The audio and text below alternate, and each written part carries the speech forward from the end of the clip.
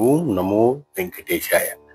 తిరుమల శ్రీ వెంకటేశ్వర స్వామి దర్శనానికి బయలుదేరే ప్రతి భక్తుడు ఆ రోజుల్లో తొలిగా తల వంచేది ఈ పవిత్రమైన నేలలో దేవుని గడపలో. ఈ స్థలానికి పూర్వనామం తొలి గడప, అంటే దేవుని తొలి గడప. ఇక్కడ స్వామివారిని సందర్శించి తరువాత తిరుమలకు ప్రయాణం ప్రారంభించడం సదా శుభంగా పరిగణిస్తారు ఆ రోజుల్లో. అందుకే అంటారు, తొలి గడప చూడక తిరుమల చేరొద్దు అని. ఇక్కడి ఆది వరాహస్వామి ఆలయము, శ్రీ వెంకటేశ్వర స్వామి ఆలయము మరియు పాత శైవ క్షేత్రాలు భక్తుల మనసుల్లో ప్రత్యేక స్థానం సంపాదించుకున్నాయి. ఎన్నో వేల ఏళ్ల చరిత్ర కలిగిన ఈ పవిత్ర భూమి విజయనగర రాజుల కాలం నుంచే భక్తి మార్గంలో ఒక ముఖ్యమైన అడుగుగా నిలిచింది. నేడు కూడా భక్తులు ఈ నేల మట్టిని తలపై వేసుకుని తమ యాత్రను ప్రారంభిస్తారు.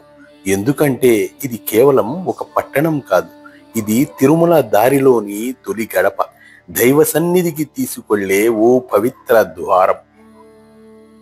స్వామివారి దర్శనం కోసం ఉగాది పర్వదినాన, ఆ తర్వాత జనవరి 1వ తేదీ నాడు ముస్లింలు విధిగా చాలా మంది గుంపులుగా ఈ ఆలయాన్ని సందర్శిస్తారు. ఎందుకంటే తమ ఆడబిడ్డ బీబీ నాంచారి వెంకటేశ్వర స్వామిని వివాహం చేసుకున్నందున వారు స్వామివారిని తమ ఇంటి అల్లుడిగా భావిస్తారు. ప్రస్తుతము ఈ ఆలయము టిటిడి వారి ఆధ్వర్యంలో ఉంది. ఇక్కడ ఆలయము పునర్నిర్మాణం చేస్తూ ఉన్నారు.